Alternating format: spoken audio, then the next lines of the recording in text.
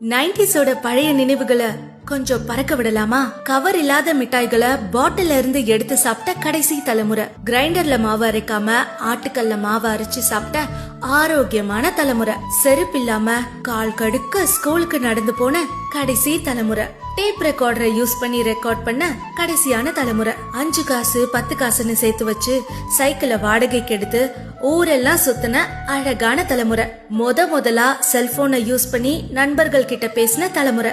நாங்க வளரும் போது டெக்னாலஜியும் எங்க கூட சேர்ந்து வளர்ந்துகிட்டே தான் இருந்தது.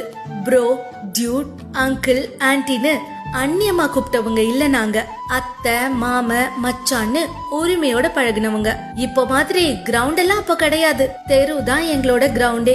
வெயிலு மழைன்னு பாக்காம மண்ணில கால வச்சு உருண்டு புரண்ட தலைமுறை, சக்திமானையும் மைடியர் பூதத்தையும் மெய் மறந்து பார்த்த தலைமுறை, பண்டிகை காலங்கள்ல சொந்த பந்தங்களோட கொண்டாடி வீட்லயே இருக்க பெரிய ஆண்டனால இருந்து வர கேபிள வச்சு படம் பார்த்த கடைசியான தலைமுறை. தப்பா நினைச்சாலும் பரவாயில்ல, பக்கத்து வீட்டு மாங்காயும் நெல்லிக்காயும் திருடி தின்ன தலைமுறை, உலகத்தோட பெரிய மாற்றங்களை விட்னஸ் பண்ண தலைமுறையும் நாங்க தான்.